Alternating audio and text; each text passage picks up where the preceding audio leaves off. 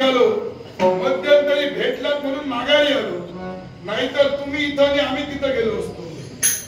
पण एक घडले नाही, कारण मार्गात मिळाला म्हणून पुनश्च आम्ही श्रावणी दरबारी आलो. पण सांप्रत माझी पावले थोड सापडली असते. कशासाठी? जो अश्व तुम्ही बंदिवान केला त्या अश्वाची मुक्तता करण्यासाठी पावलं पडली. हे मेघवर्ण छावणी दरबाराच्या ठाई हा बब्रुवाहन धनुर्धारी पार्थांना शरण आला होता. त्याच वेळी मी अश्वाची मुक्तता केली असती, पण इथं तुम्ही माझ्या मातेचा अपमान केलात. म्हणून मला अश्वाची मुक्तता करायची नाहीये, आणि अश्वाच्या मुक्ततेसाठी तुम्ही इथं आला असाल तर माघारी चला म्हणतो.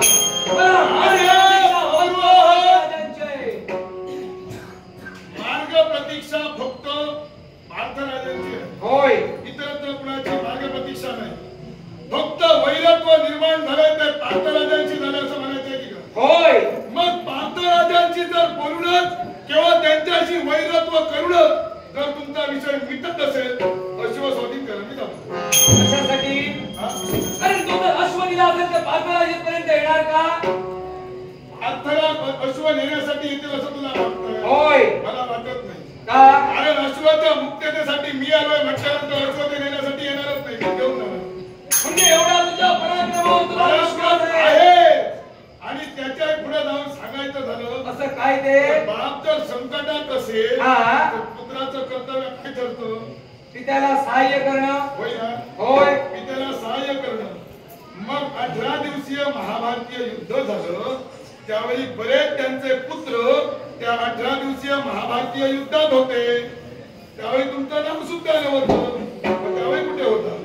हे मेघवर्ण ज्यावेळी 18 दिवसाचं महाभारती युद्ध घडलं त्यावेळी मी मणिपुरात राज करता होतो. त्यावेळी माझी पितृदेवता धनुर्धारी पार्थ आहे याची मला कल्पना नव्हती. ज्यावेळी मी शामकर्ण वारू बंदिवान केलाय आणि ही वार्ता माझ्या मातेला कथन केली त्यावेळी माझ्या मातेने मला कथन केलंय की धनुर्धारी पार्थ धनुर्धारी अर्जुन ही तुझी पितृदेवता आहे. आणि हे ज्यावेळी मला कळलं त्यांच्या धर्मकार्यात सहाय्य करावं म्हणून मी करभार खंडणीचा इच्छा राजे बब्रुवाहन राजगादीवर ज्यावेळी बसलात ना, एखादा राजकर्ता राजगादीवर ज्यावेळी बसतो त्यावेळी त्याचं गोत्र वाचलं जातं. तुमचं काय झालं? राजगादीवर बसण्याची धुंदी तुमच्या डोक्यात होती. त्यामुळे ज्यावेळी तुमचं गोत्र वाचलं त्यावेळी तिथं तुमचं लक्ष नव्हतं आणि त्यामुळे तुमचे पिताश्री हे पार्थराज आहेत हे तुम्हाला ज्ञात नसल्या कारणानं हा तुमचा राज्यकारभार थांबवण्यासाठी गोंधळ तुमचा उडालेला आहे. राज्यकारभार थांबवण्यासाठी मी इथपर्यंत राहिलो. मी अजय त्याच्याही पुढे जाऊन तुम्हाला सांगतो. कसं काय ते? 18 दिवसीय महाभारतीय युद्धात तुम्ही आला नाही, पण तुमचे आजोबा कुणाच्या वतीने लढले होते हे तरी तुम्हाला ठाऊक आहे. निश्चितच. मग त्यावेळी सुद्धा का चौकशी केली नाही नेमके पांडवांच्याच बाजूला का लढतायत म्हणून? याची विचारधारणा आम्ही केली, पण त्यावेळी माझ्या आजोबांनी कथन केलंय की धर्म आणि अधर्म हे दोघांचं युद्ध सुद्धा म्हणायला हरकत नाही. ज्या बाजूनं गोपाल कृष्ण आहेत त्या बाजूने मला लढण्याची इच्छा आहे. म्हणून एवढंच नव्हे तर ज्यावेळी धर्मराज युधिष्ठिरांनी राजसूय यज्ञ केला होता त्यावेळी सुद्धा राजे चित्रवाहन यांनी त्यांना सहकार्य केलं होतं. ते सहकार्याचं नातं जपण्यासाठी आमचे आजोबा पांडव कटकात सामील झाले. काय चुकलं? राजा काय चुकलं ते सांगण्यासाठी सांग. राजसूय यज्ञ केला त्यावेळी जे सहकार्य केलं त्या सहकार्याची परतफेड करण्यासाठी पांडवांच्या बाजूने लढलं हे तुला सांगितलं. मग पांडव कटकातील तृतीय पांडव धनुर्धारी पार्थ हे तुला सांगायला कसं काय विसरले? त्यांचा प्रश्न त्यांच्यापाशी राहू द्या, कारण त्यांनी कथन केलं नाही पण मी विचारायचं सोडलं नाही. ज्या दिवसापासून माझी माता मला जवळ घ्यायची नव्हे तर माझ्या मुखातून वाणी यायला सुरुवात झाली तर दिवसापासून विचारायचो माझी पितृदेवता कोण. मीच फक्त माझ्या पितृदेवतेला विचारत राहिलो पण मातेनं उत्तर सांगितलं नाही. असं तुझ्या पितृदेवतेच्या सुद्धा बाबतीत घडलं होतं. माझ्या पितृदेवतेच्या बाबतीत काय घडलं काय घडलं नाही इथपर्यंत तू कधी पोहोचलास नाही. तू कधी पोहोचलास? इतरत्र कोण कुणाचे नातं घे तुला ठाऊक नाही. मग पांडवांच्या बाबतीत जे जे काही काही घडलं ते तुला कशी बातमी? कारण ती बातमी शतकर्णी झालेली आहे. नव्हेच तर अनेक वीर सुद्धा याची वाच्यता करतात. पांडवांचे पराक्रम काय, पांडवांनी काय काय पराक्रम केले हे याची वाच्यता अनेक वीर करतात. परोपकरणी शतकर्णी झालेली वार्ता माझ्या सुद्धा करणी पतन पावली आहे. म्हणजे राजे बब्रुवाह इतरत्र साऱ्या गोष्टी करणी शतकर्णी तुमच्यापर्यंत पोहोचली. मग धनुर्धारी पार्थांनी किती लग्न केली ही तुमच्या शतकर्णाने वार्ता तुमच्याकडे आली नाही. धनुर्धारी पार्थानं किती विवाह केली याच्या वार्तेपेक्षा त्यांनी वार्तेपेक्षा नको ती वार्ता तुमच्यापर्यंत पोहोचली नाही की विचारतो होय किंवा नाही पोहोचली. मग त्यावेळेस तुमच्या मातेचं नाव त्याच्यात होतं नाही. माझ्या तर कर्णपतन पावलं नाही ते मला समजलंच नाही. मग त्यावेळी जर समजलं असतं तुम्हाला करणी शतकर्णी जर पोहोचताय केवळ धनुर्धारी पार्थाने किती विवाह केले हे सुद्धा करणी शतकर्णी तुम्हाला पोहोचायला हवं होतं. ते मला कळलं नाही. कारण त्यावेळी काय प्रसंग घडला असेल माझी माता आणि धनुर्धारी पार्थ जाणू शकतात. ते आम्ही जाणू शकत नाही. मग ते जर तुम्ही जाणू शकत नसाल तर थेट धनुर्धारी पार्थ यांचा तू पुत्रच आहे हे आम्ही का मान्य करावं? कारण मला मातेला सांगितलंय तुम्ही मान्य करण्याची गरजच नाही. तुम्ही माना किंवा नको मानू याच्याशी माझा प्रश्नच उद्भवत नाही. फक्त धनुर्धारी पार्थानं पुत्र म्हणून माझा स्वीकार करावा ही इच्छा माझ्यामध्ये आहे. तुझी इच्छा काही असेल तुझी इच्छा म्हणजे परमेश्वरी इच्छा नव्हे. मी म्हणतच नाहीये. तुझी इच्छा जर का परिपूर्ण व्हावा असं वाटत असेल तुझी तूच जर का धनुर्धारी पार्थांचा पुत्र आहे याची साक्ष जर का पटकावी असं वाटत असेल तर तुला तर ते ओळखत नव्हते होय ना? मग तुला जर का ते ओळखत नव्हते ओळखत होते कुणाला तुझ्या मातेला. मग त्या मातेला तिथं घेऊन यायला होतं. मग तिथं मातेला घेऊन न येता तुझा धडधडीत झालेल्या अपमानावर होतं. जिथं हा रणशिंग तू फुंकलायस याचा अर्थ मुळात तू चुकलेला आहे. मी चुकलाय कधी मान्यच करणार नाही. कारण तिथं मी त्यांना शरण येऊन त्यांना जर पटत नव्हतं तर त्यांनी नकार दर्शवला होता. नर्तकी नंदन म्हणून माझ्या मातेची हेरवणी करण्याची गरज काय? त्यांना मान्य नव्हतं मी त्यांचा पुत्र नव्हे नाही म्हटलं असतं. मातेला बोलव म्हणून सांगितलं असतं. पण त्यांच्या मुखावर मुखोद्गार निघाले की तू एक नर्तकी नंदन. ते कशासाठी? काय ते? एखादा क्षत्रियानं सहजी कुणाला शरण येणं म्हणजे धडाची लक्षण काय होय ना? ऐकलं नाही? नाही तू बोल पुढे तुला सांगतोय. जो क्षत्रिय सहजी एखाद्याला शरण येतो ती धडाची लक्षण. तू जर धनुर्धारी पार्थांचा पुत्रच आहेस मग इतरत्र सुद्धा त्यांचे पुत्र होते जे वीरगतीला योग्य ठरले.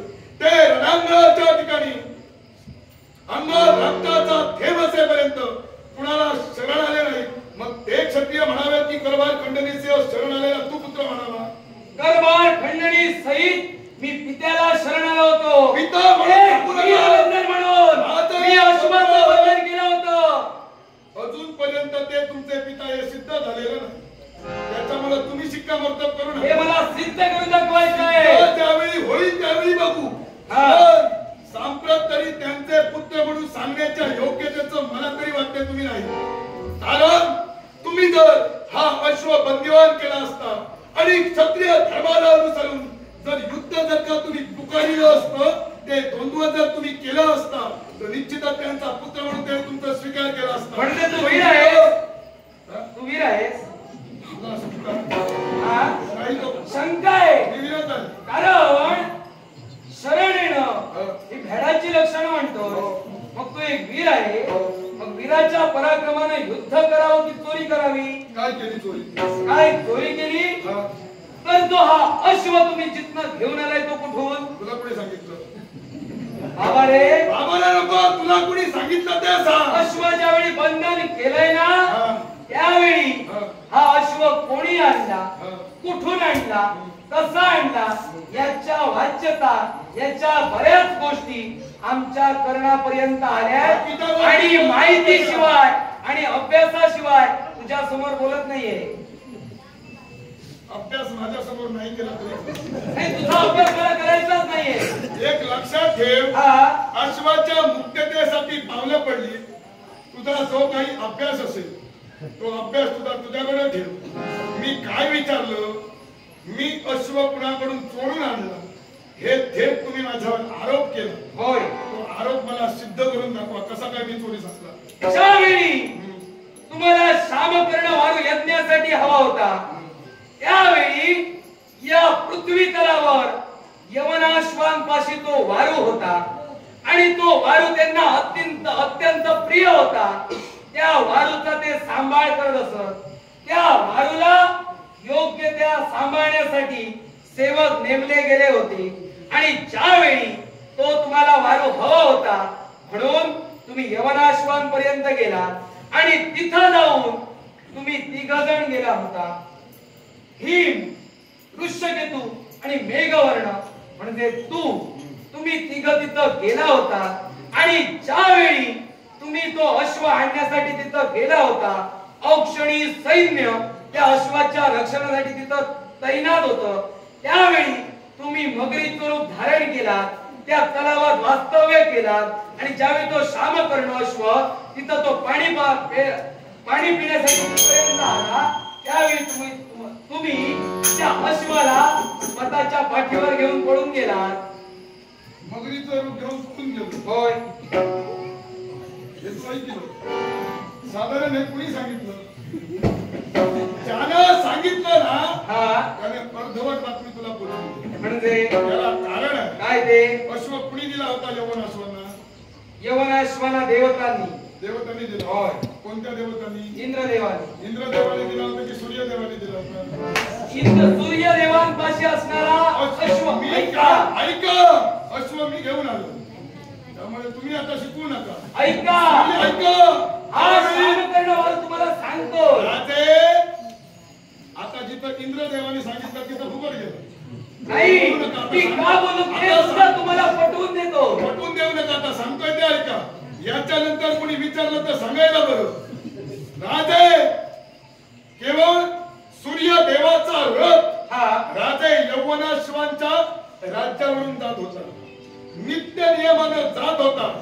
मग तो जाणारा रथ आपल्या राज्यावरून जातोय याचा राजे यवनाश्वांना क्रोध आला आणि म्हणूनच सारी तटबंदी उंचावण्यासाठी राजे यवनाश्व तत्पर ठरले.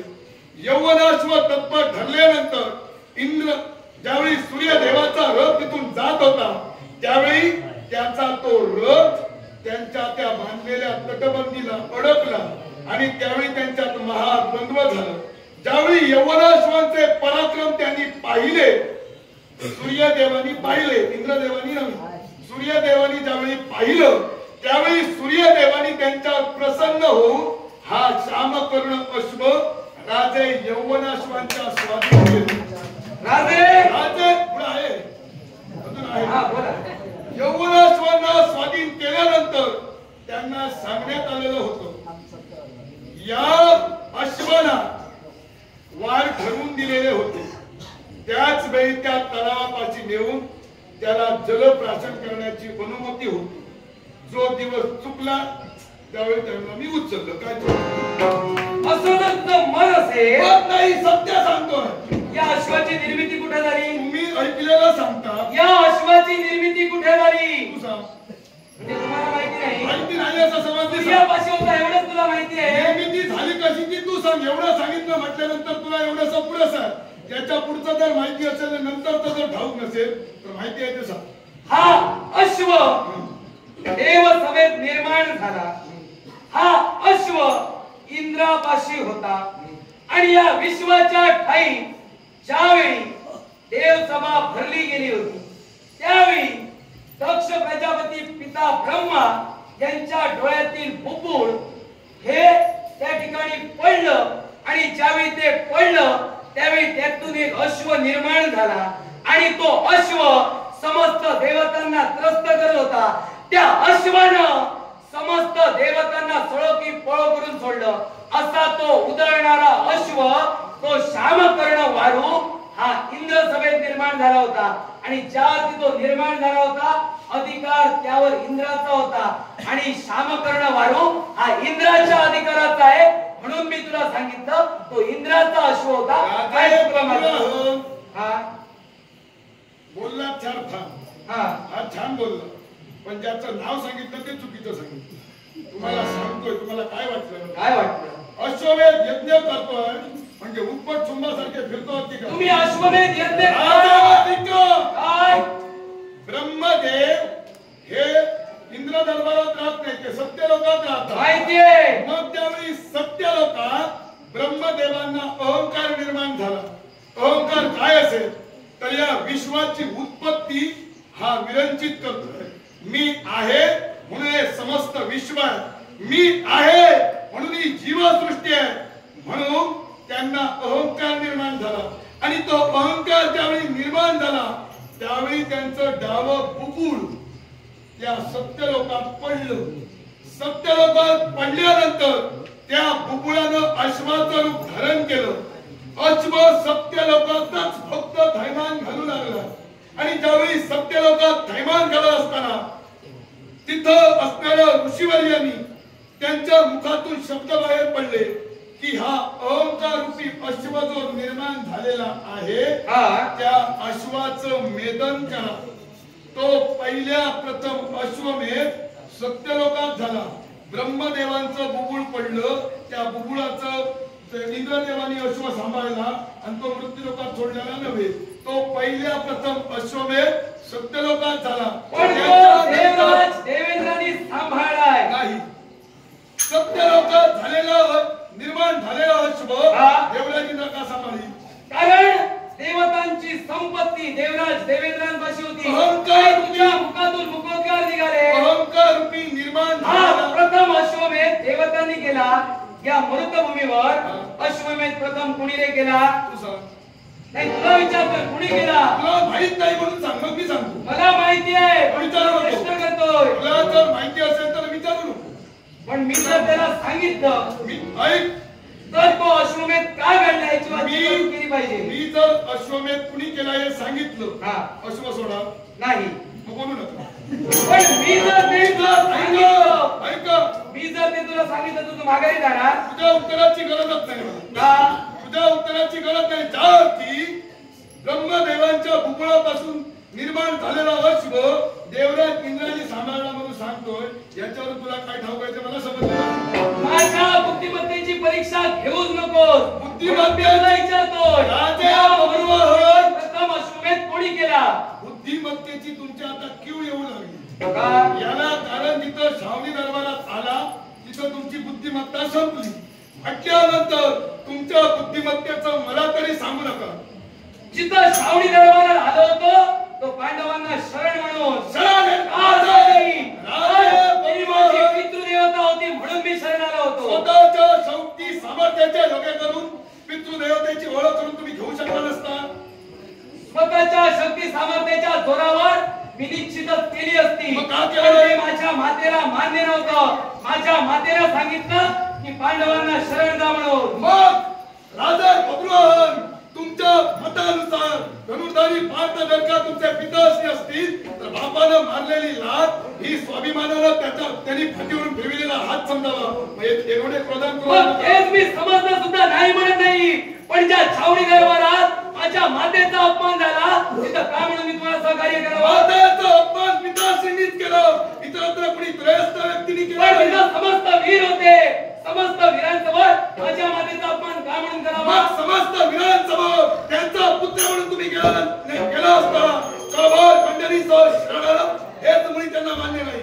मग हे जर का माझं मान्य असेल त्यांनी सांगितलं पाहिजे होतं नक्की माझ्या मातेची हेणावणी केली पाहिजे होती. हे त्यांचं चुकलं म्हणून रणशिंग फुकला. बापाचं चूक आहे सांगण्यासाठी अजून बापाला शिकविण्याचे दिवस पोराचे आलेले नाही. त्यावेळी पोराचे दिवस येतील त्यावेळी पोराला शिकवावं. धनुर्धारी पार्थ हे जर तुम्हाला पटवून द्यायचं असेल तर त्याच्यासाठी माता ही पर्यायच होती. इतरत्र कोणत्याही गोष्टी पर्याय नव्हते. पण माझ्या मनाला जो पर्याय योग्य वाटला तो मी तिथं सादर केला. माझ्या मनानं मी पार्थराजांना शरण गेलो. काय चुकलं? तुमच्या मनाला जिथं केलं तिथं तुम्ही चुकलं. अर्थात अश्वाच्या मुक्ततेसाठी जो अश्वाची मुक्तता कदापि होणे नाही.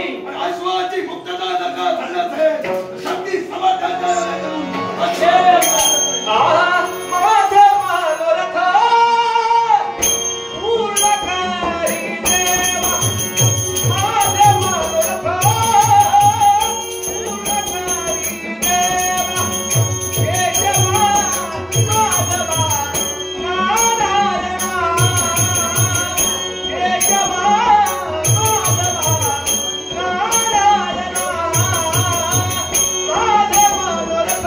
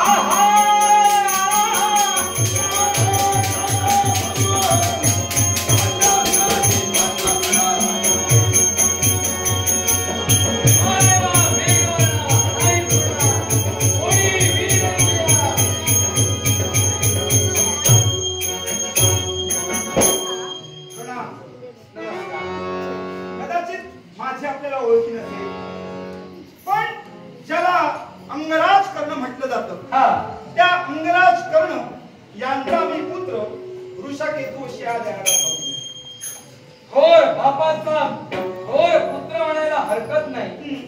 आज तुमच्या पित्यांचे पराक्रम डोळ्यासमोर येऊ लागले. 18 दिवसाच्या महाभारती युद्धात ज्यांनी पराक्रम गाजविले त्या तुमच्या पितृदेवतेला बब्रुवाहन नमस्कार करतोय. हे बब्रुवाहन, अरे प्रत्येक माणसाचं कर्तृत्व हे असं विशाल असावं आणि त्या अखिल आपल्या विश्वात पंखानं विश्व सामावून जावं अशी प्रत्येकाचं कर्तृत्वाची विजयंती धार असावी. आणि असे खंडराज करून ज्यांनी धर्म अबाधित ठेवलं आणि त्यांचा पुत्र ऋषकेतू आपल्या डोळ्यासमोर उभा राहिलाय. हे वीर बब्रुवाहन, प्रत्येक माणसाची प्रशंसा ही त्याच्या कर्तृत्वातून होत असते. होय. अरे प्रत्येकाला सागरासारखं उचलायचं असतं. कर्तृत्वाच्या लाटाहून किनाऱ्याला आपता येत असतं. सागरात पाणी किती खोल असतं याला महत्व नाही, तर त्या लाटा किनाऱ्याला जाऊन किती स्पर्श करतात याला महत्व असतं. हे ऋषकेतू, आज तू एक वीर म्हणून माझ्या समोर उभा राहिला. तो कशासाठी? एकाच कारणासाठी. अशी कोणती गोष्ट?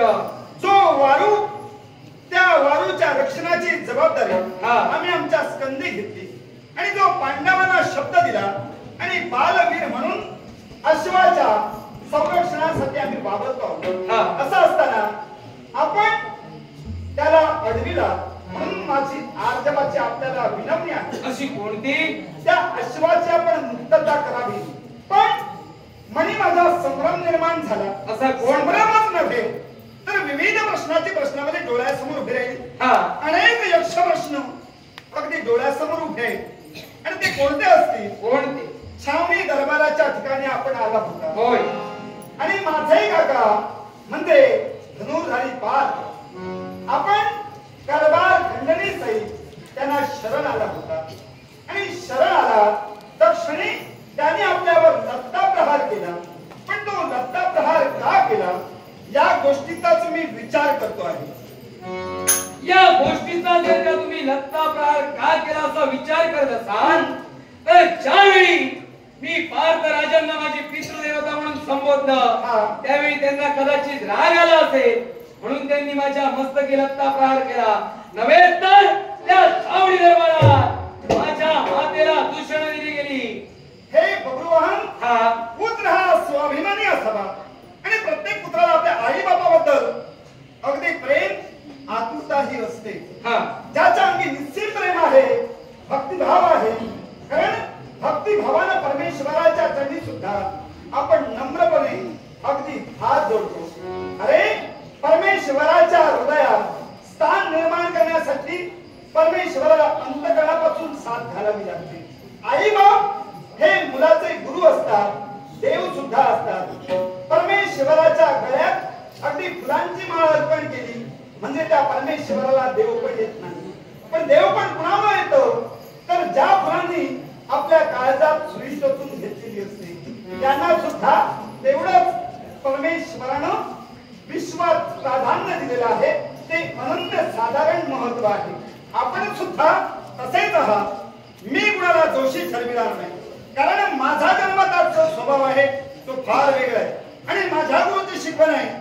याचा बाप कोण, त्यानं काय केलं, यानं काय केलं हे मला विचारणं इष्ट वाटत नाही. विश्वाच्या प्रांगणात प्रत्येक माणसानं आपल्या कर्तृत्वानं हे अखिल विश्व जिंकून घ्यावं असं प्रत्येकानं कर्तृत्व करावं.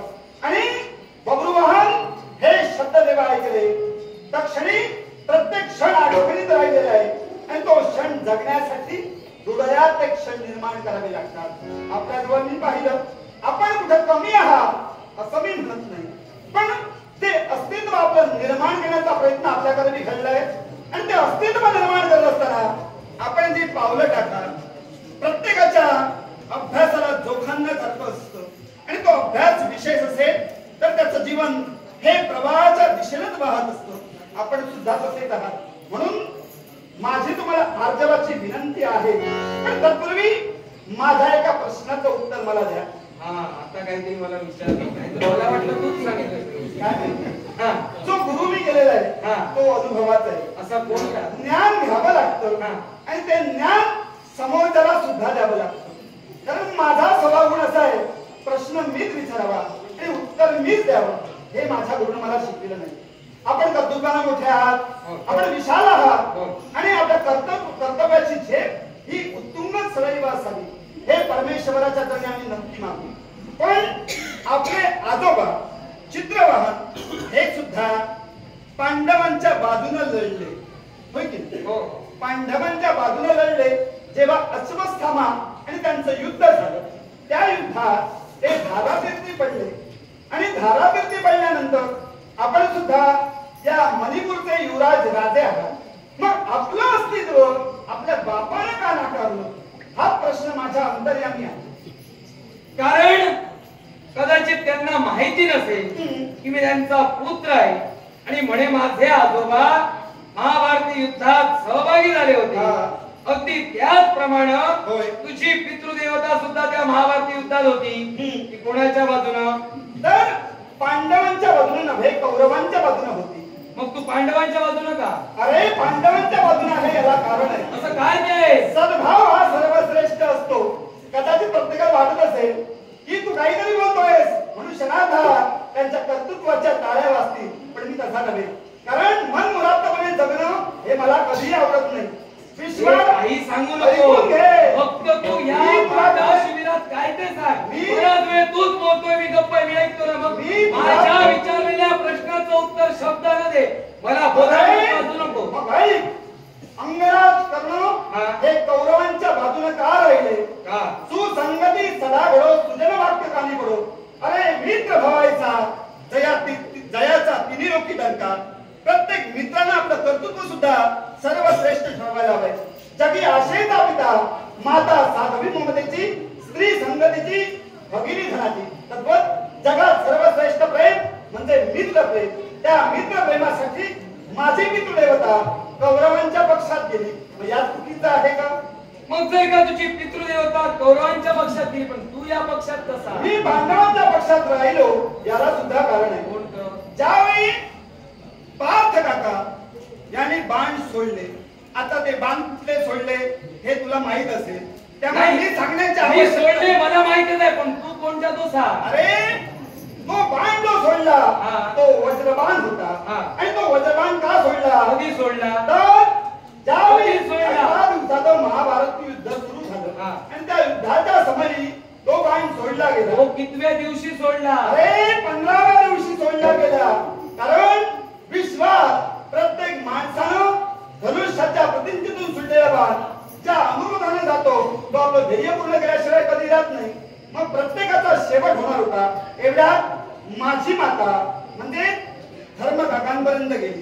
धर्मकाकांपर्यंत गेल्यानंतर तिनं आपल्या बाळाचं जीवनदान मागितलं आणि धर्मतत्व अबाधित ठेवणारे ते पांडव त्यांनी शेवटी द्रौपदीनं आणि कुंती मातेनं मला सावरलं आणि ती पांडवांचाच आहे म्हणून माझा स्वीकार करून त्यानं अगदी एखादा वृक्ष गगनाला घेतो आणि आपल्या कर्तृत्वानं हे अखिल विश्व जिंकून ठेवतो. त्याच मतप्रमाणे मी जगतोय. नक्की 15व्या दिवशी सोडीला तुला शंका वाटते? कारण पार्थराजांनी या समस्त कौरव कटकातील कुळाचा नाश व्हावा, कौरव कटकात जे जे वीर सहभागी झाले ते सर्व संपले जावे म्हणून 17व्या दिवशी संध्याकाळी सूर्य अस्ताला जाण्या काही क्षण असताना वज्रबाणाची योजना केली आणि तो वज्रबाण कौरव कटकातील प्रत्येक वीरांना मारत होता. मग हे 15व्या की 17व्या? मग तू त्याला दिवशी किंवा 17व्या दिवशी तू तेव्हा उपस्थित होतास, तेव्हा बाण सोडला होता तेव्हा जगाला सांगितलं म्हणून विश्वात ते आहे म्हणून शोधू नये. विश्व हे जे डोळ्याला दिसतं ते शाश्वत असतं आणि ते नष्ट होतं तेव्हा शाश्वत असतं. म्हणून प्रत्येक माणसाचं जीवन शाश्वत आहे. तू सुद्धा अशाश्वतच आहे.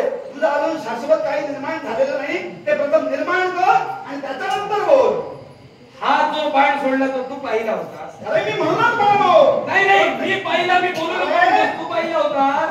मी पाहिलं नंतर म्हणणं आहे. तू कसं काय बोललास? प्रत्येक माणसाचं ज्ञान हे सर्वश्रेष्ठ असतं. अरे कुणीतरी तुला सांगितलं म्हणूनच तू बोललास ना? तरी सांगण्यापेक्षा आपण सुद्धा गुरुचा समन्वय साधतो आणि तो गुरु गेल्यानंतर जीवनाचं ही ध्येय असतं. अशी तशी कोण रे गुरुदेवता? अरे माझा गुरुकोश याच्यापेक्षा विश्वात तुझं कर्तव्य काय ते शोध हे गरजेचं आहे. माझं कर्तव्य काय आणि मला काय करायचंय मी शोधलं जाईल. मला वीर मातेचा वीर पुत्र म्हणून भूषण मिळवायचे म्हणून मी बोलतोय. आणि हे बघ तुझे सांगितलं ते तुला कोणीतरी सांगितलंय हे तुला आठवत आहे की नाही याच्याशी माझा प्रश्न नाही. आणि मी सुद्धा बोलतोय कोणीतरी सांगितलंय. जिथं काही गोष्टी घडल्या ह्या कोणीतरी सांगितल्याच नंतर माणसाला कळतात, जन्मताच कोणाला कळत नाही. मान्य मला जन्मतात काही गोष्टी कळत नाही. काही गोष्टी या अनुभवातूनच असतात आणि अनुभवात सर्वश्रेष्ठ गुरु असतो. एकेन आपली सुरक्षण पुष्पिनीन सुगंधिना वासित तत्वाला सुपुत्र फळायचा. अरण्याच्या ठिकाणी एखादा सुंदर वृक्ष फुलांनी फळांनी वरला म्हणजे ते सारं पण सुवासानं दरवळलं असं नाही, तर तो सुगंध निर्माण करण्यासाठी चंदना प्रमाणे भिजावं लागतं. अरे एवढं ते बोलतोय ते गुरुचे नाव तरी सांग. अरे माझा गुरु कोण? तर ज्याला अतिनंतर म्हणतात. विश्वाच्या प्रांगणात जो भृगु महंत प्रत्येकाला आम्ही स्थान दिलं, गुरु म्हणून त्याच्या चरणी नम्र झालो, प्रत्येकाचं नाम ज्ञान आत्मसात केलं. म्हणजे प्रत्येक माणसाच्या देहात गुरु वास्तव्य करतात. आई बाप हे सुद्धा गुरुच असतात. होय. मग बबरूवाहन आपण मला एक सांगा, कुरुच्या रणमैदानात ज्यावेळी युद्ध संपलं त्या युद्धाच्या वेळी काय घडलं? शेवटच्या समयी समस्ताकडे हाहाकार माजलेला होता. होय ना? मग त्यावेळी संपलं त्यावेळी 10 वीर फक्त जिवंत राहिले. ते कोणते तुला माहिती आहे? शेवटचं विचारतो म्हणजे तुला माहिती आहे? तू सांग. नाही तू सांग. तू विचारलंस ना मोठेपणा. हाहाकार माझा मी मान्य करतो. कौरवांच्या स्त्रिया वैदव्यांच्या पंक्तीला बसल्या. ते 18 दिवसाच्या महाभारती नरसंहार झाला. शेवटचं विचारलंय म्हणून विचारतोय. फक्त 10 वीर शेवटी जिवंत राहिले ते कोण? सांग ना तू. कारण तू सर्वश्रेष्ठ आहेस असं तुला वाटतं ना? मी सर्वश्रेष्ठ नाही, माझा पण शेवटचा मुद्दा उपस्थित केला म्हणून विचारलं. 4 मुद्दा उपस्थित केला. मागचा अभ्यास तुला असायला हवा, मागची माहिती असायला हवी. 10 वीर कोण राहिले मी तुला सांगतोय. 10 वीर जिवंत राहिले. नचकरी उपदर्भीशवरी वेद असते श्री शोभती सात उच्चे पातत याचे स्मरता मुक्ती मिळे दिवसाचे.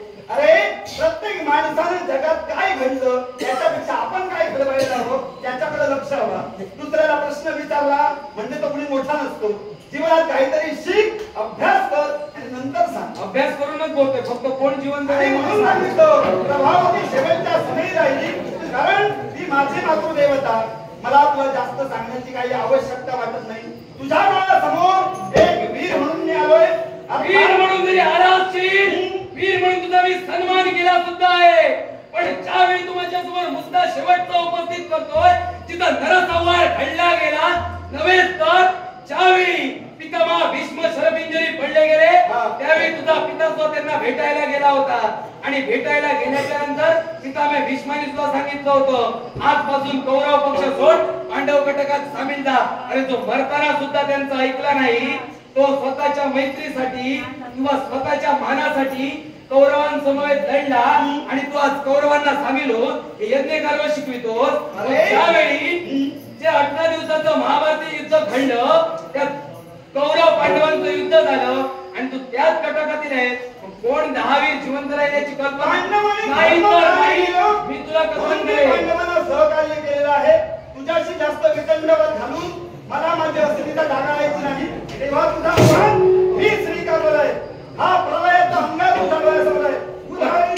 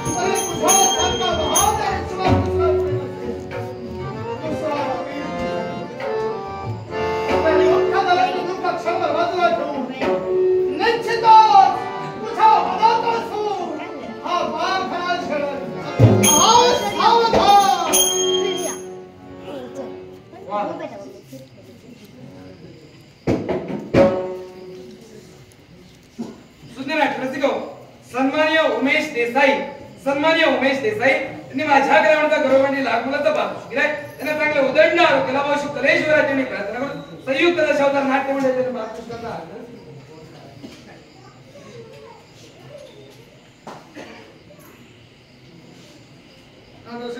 नाट्यप्रेमी सन्माननीय तेंडुलकर गुरुजी यांनी मेगा वर्णाची भूमिका करणारे आमच्या कलाकार दत्तप्रसाद तवटे यांच्या कलेचा बहुमान करून लाखोच वर्ष तेंडुलकर गुरुजी यांचे आभार मानून पारितोषिकाचा आभार. ज्यांची मार्ग प्रतीक्षा या रणमैदानी हा भगवान करत होता. आमची मार्ग प्रतीक्षा होय करण्याचं कारण एकच. काय? विसरलात? काय? हा चेहरा विसरलात की घडलेली घटना? मी जीवनात घडलेली घटनाही कधी विसरत नाही हा आणि चेहरा तर अजिबात विसरत नाही. आता तुमचा मूळ उद्देश मला सांगा. एकच. काय? जिथं छावणी दरबाराच्या ठाई तुम्ही माझा धिक्कार केलात, माझ्या मातेला नर्तकीनंदन म्हटलात, म्हणून हे रणशिंग फुकलाय आणि म्हणूनच तुमची मार्ग प्रतीक्षा इथं करत होतो. मार्ग प्रतीक्षा करण्याचं ठोस कारण मी विचारलंय.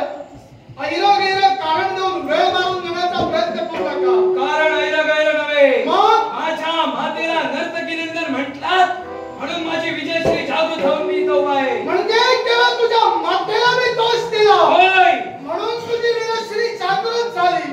मग हे भगवान मला सांग, ज्यावेळी छावणी दरबाराच्या ठिकाणी दरबार खंडणी सहित तू आम्हाला शरण आला. होय, होय ना?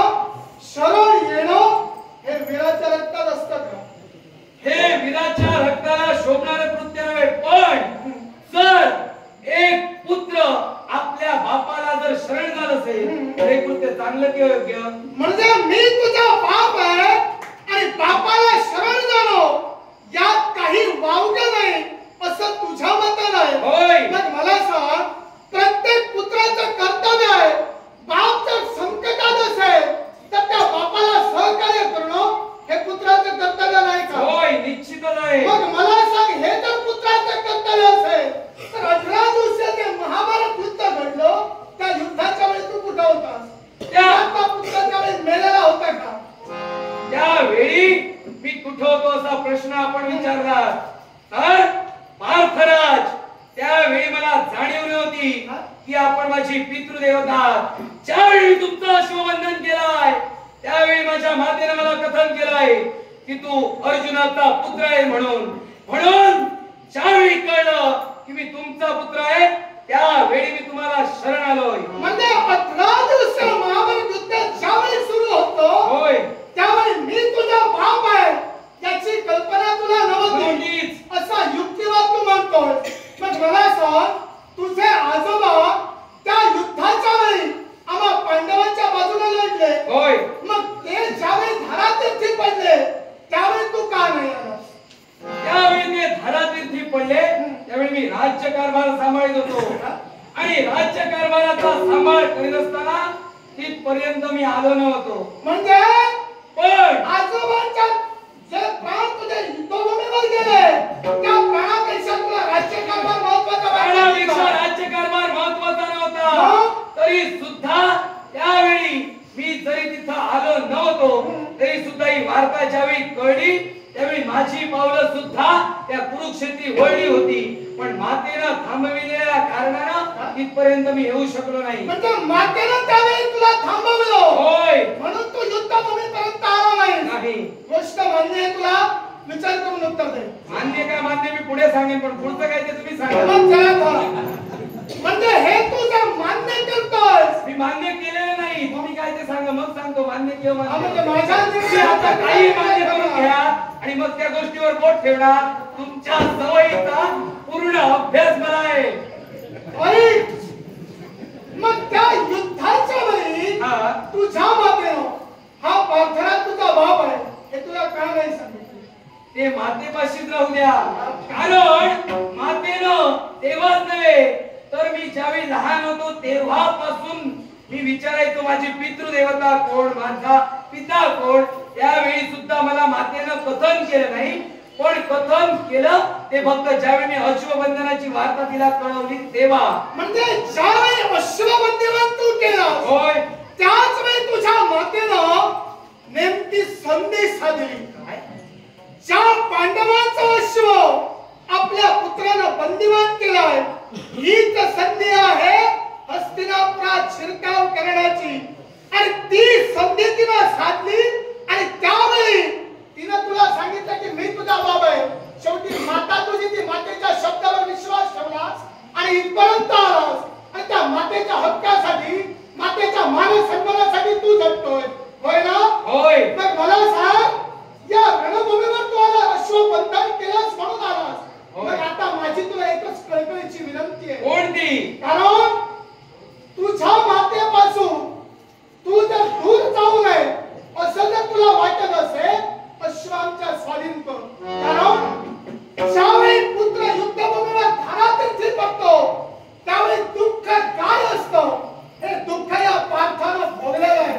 आणि ते दुःख तुझ्या मातेच्या नशिबी येऊ नये ही माझी प्रामाणिक सद्भावना आहे.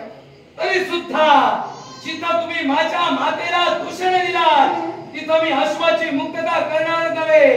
कारण तुम्हाला पटवून द्यायचंय की वीर मातेचा वीर पुत्र आहे आणि तो वीर पुत्र तुमच्या समोर आहे. राजे आपल्याला सांगू इच्छितोय, नको तो जर प्रमाद इथं घडू नये असं जर का वाटत असेल, तुम्ही मान्य करा की मी तुमचाच पुत्र आहे. प्रमादाची पर्वा मी आतापर्यंत माझ्या जीवनात केली नाही. सांप्रत तुझ्या समोर उभा असताना तर मी मुळीच करणार नाही आणि याच्या पुढं अजिबातच करणार नाही. कारण तुझ्यासारख्या युद्ध प्रसंगात अनेक पाहिले आणि त्या प्रत्येक युद्धातून माझ्या देवाच्या आशीर्वादानं सही सलामत हा पार्थराज बाहेर पडलेला आहे. आणि या युद्ध प्रसंगातून सुद्धा निश्चितच मी काढून जाणार आहे. अरे एक पुत्र मेल्याच्या नंतर दुःख काय असतं, त्याच्या वेदना काय असतात या तुला कळणार नाही. त्या मी भोगलेले आहे आणि ते दुःख तुझ्या मातेच्या नशिबी येऊ नये एवढंच मला सांगायचंय. सहज बोललास, तू नर्तकी नंदन आहेस की वीर मातेचा वीर पुत्र आहेस हे तुला या विश्वाला दाखवायचंय, होय ना? मग करवार खंडाने सहित ज्यावेळी शरण आलास त्याच्या अगोदर तू वीर नव्हतास का? त्यावेळी मी वीरच होतो आणि वीर असल्या कारणानं तो शामकर्ण मारून मी बंदिवान केला होता. पण बापाच्या कार्यात बापाला सहकार्य करावं म्हणून मी त्यावेळी शरण आलो होतो. शरण की माझे पराक्रम पोर ठरले की माझे पराक्रम क्षीण झाले, तुम्हाला घाबरून मी शरण आलो नव्हतो. एक शरण ठेव, पराक्रम तुझ्या जीवनात कधी कमी आहे असं मी कधी म्हणणारच नाही. कारण समोरच्या योद्ध्याला मी कधी कमी लेखत नाही. मग दुसरी माझे गोष्ट, मी वीर झाल्याचा प्रश्न तुम्हाला का निर्माण व्हावा? मी तेच सांगतोय तुला. तू करवार खंडणी सहित मला शरण आलास याचा अर्थ काय? तू वीर नव्हे. तू जर वीर होतास, तू जर एक सच्चा योद्धा होतास तर रणभूमीत पांडवांसमोर युद्ध करायला होतास. आणि त्या युद्धात ज्या कदाचित तुझ्या सुदैवानं आणि माझ्या दुर्दैवानं तर का मी मृत्युमुखी पडलो असतो, इतिहासात तुझ्या नावाची नोंद झाली असती. पण एक नर्तकी नंदन या भारत वाचू शकत नाही. हे पार्थराज, तुम्ही माझा पुत्र म्हणून धिक्कार केला दादा. पण या रणभूमीवर सुद्धा माझ्या मातेला दूषण देऊ नका. आणि ती कोणत्या कारणासाठी असेल? माझ्या मातेला मला जन्म देऊन या विश्वाचा चित्रपट दाखविलाय. तुम्ही सुद्धा एक वीर आहात आणि मी सुद्धा एक वीर आहे. आणि माझी वीरश्री होती म्हणून मी त्यांना अश्वाला बंदिवान केलाय. आणि माझ्या मातेच्या मध्ये इच्छा होती की आपल्यांचा नरसंहार होऊ नये. उगाच नरसंहार जर झाला असेल तर रक्तपात वाहिले जातील, जिकडे तिकडे आकार मारला जाईल. हा आकार कुठेतरी थांबवावा म्हणून माझ्या मातेला तुम्हाला शरण यायला सांगितलं, नक्की तुम्हाला घाबरून शरण यायला सांगितलं होतं. मग अर्थात त्या तुझ्या मातेनं जर का आमचा नरसंहार होऊ नये म्हणून जर तुला दरबार खंडणी सहित शरण यायला सांगितलं असेल तर आता तर मी तरी असं सहजच म्हणेन, फक्त तूच भ्या खबर आहे. तुझी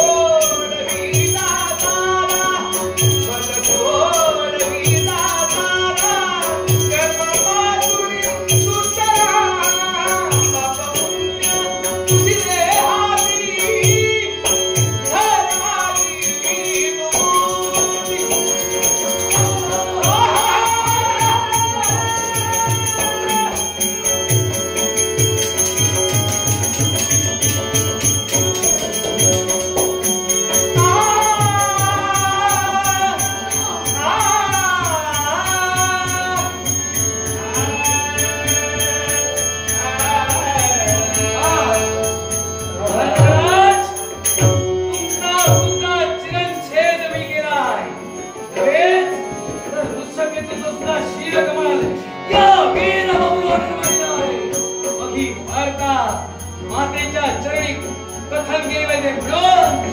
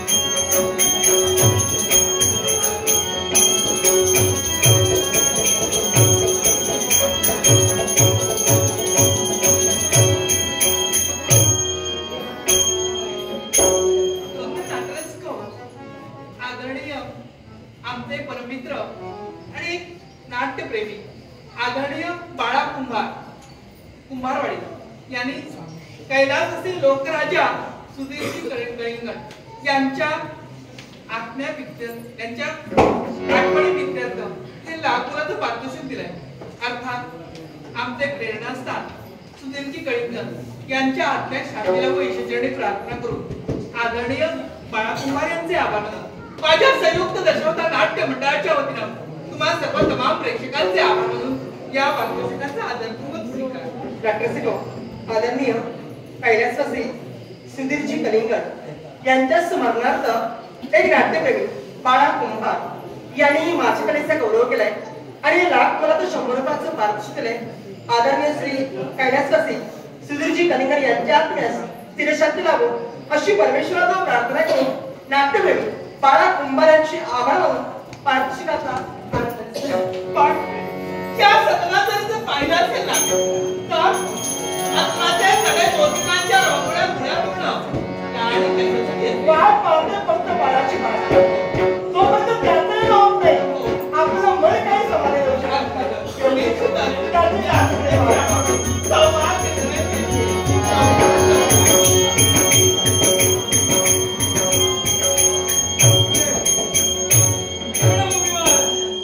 स्वतःचे पराक्रम सिद्ध करून विजय मला प्राप्त झाला आहे. मग ही वार्ता मातेला कथन केले पाहिजे. आई अरे बाळ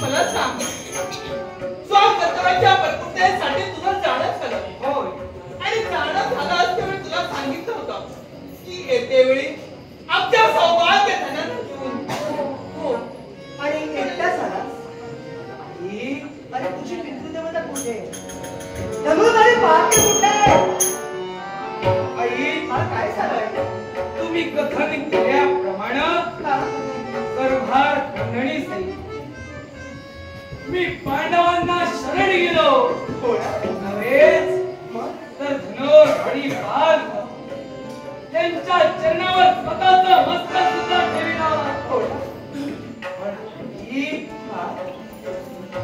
काय झालं तिथं प्रसंग घडला तो आदराने असं काय घडलं आणि तो प्रसंग म्हणजे कोणता असेल तर आईच्या पार्थ राजांना आम्ही शरण गेलो आणि त्यांना सांगितलंय की तुमची पत्नी चित्रांगी तिचा पुत्र होणार आहे. त्याच वेळी आणि त्यांनी माझा स्वीकार न करता माझ्या मस्तकावर रत्न प्रहार केला.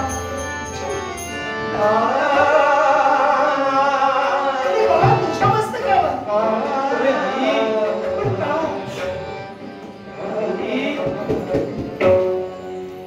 त्यांनी माझ्या मस्तकावर रत्ना प्रहार केला. मी आशीर्वाद म्हणून घुसलेला सुद्धा असला. पण आई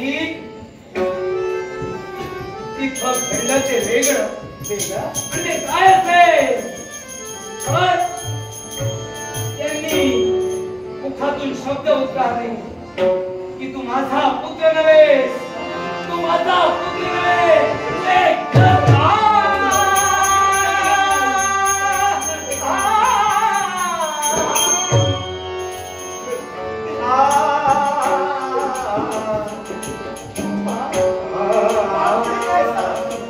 असे शब्द उच्चारतात हा भगवान एक मातृभक्त आहे आणि मातृभक्त असल्या कारणानं मातेचा झालेला अपमान या भगवानाला सहन झाला नाही.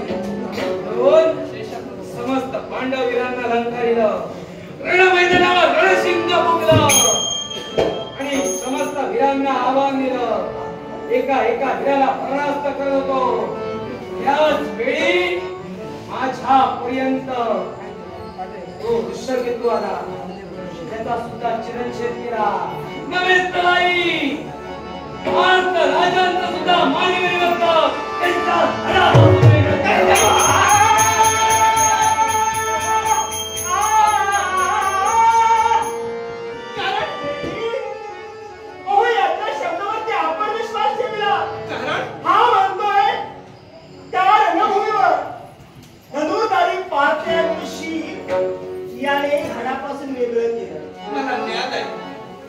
त्यांच्या समोर रणांगणाच्या ठिकाणी अति भारती जनता जगात जनते त्यांचे पराक्रम आपल्याला नक्कीच माहित आहे. पण कसं आहे याची हे असताना त्यांच्याशी धर्मराजांचं युद्ध केलं. मला हे पटत नाही. हे कसं काय शक्य आहे? तेच म्हणते मी. थट्टा करायची सवय याची काही गेली नाहीये. पण बा ही काय थट्टा करायची वेळ आहे. अरे तू म्हणतोयस कर्तशीर धडापासून वेगळं केलं. होय हे आम्हाला पटेल असं तू म्हणतोय. हे कधी पटणारं नव्हे. आणि तुझ्या शब्दावरती आमचा विश्वास कधी बसणार नाही. मग आई जर हे सत्यता बोलत असतील तर या गोष्टीची प्रचिती म्हणून आम्हाला पुरावा हवा आहे. आई तुला जर का पुरावा हवा असेल तर आई आतापर्यंत एका वीर मातेचा पुत्र मी होतोय आणि माझ्या पराक्रमाच्या वीरून त्या धनवरी पार्थांचा मी शीर मारिलाय. याच्यावर जर का आपला विश्वास असेल तर धनवरी पार्थ तो राजकिरीट परिधान करता.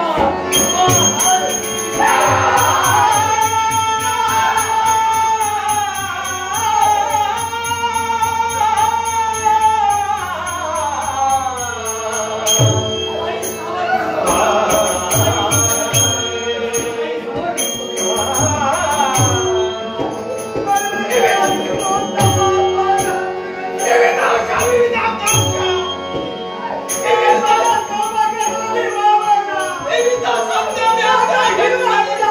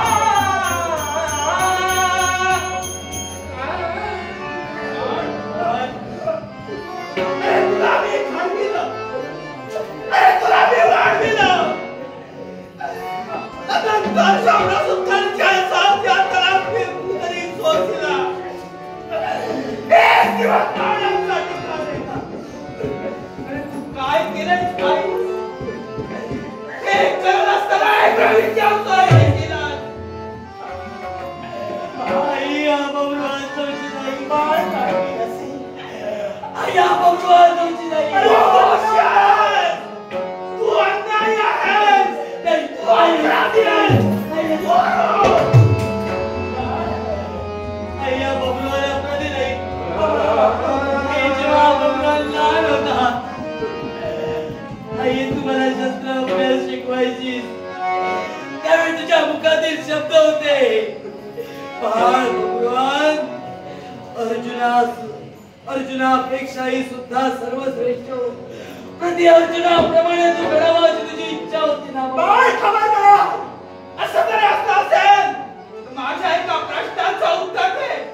प्रत्येक स्त्रीच्या जीवनात प्रिय असतं, तिला तिचं सौभाग्य व्यतिरिक्त त्या स्त्रीचं जीवन हे व्यर्थ असतं, अर्थशून्य असतं. मग प्रत्यक्षाने काय केलं असेल? तुझ्या आईला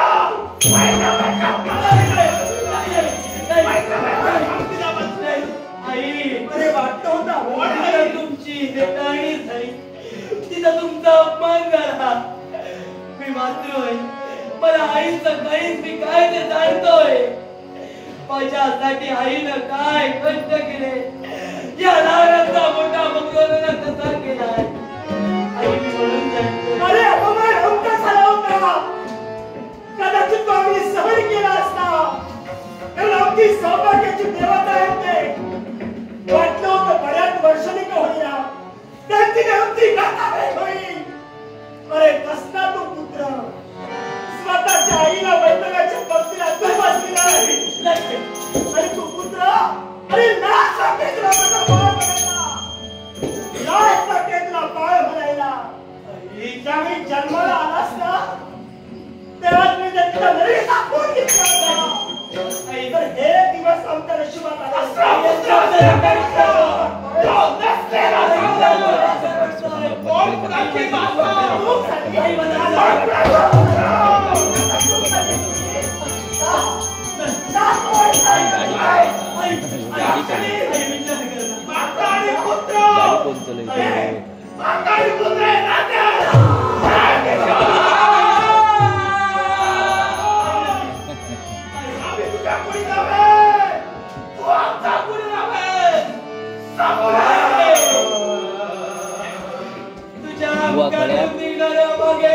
आम्ही देवळात या काळात चिरंजीव होतोय. आई, तुझ्या वाचून भगवान कधी राहू शकत नाही. आई चूक झाली. आई मला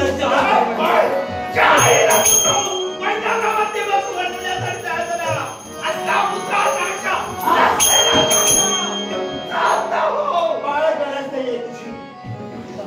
इथं थांबण्यापेक्षा जा. आत्ताच्या आता कोण काळ करीतो काय नाही गरज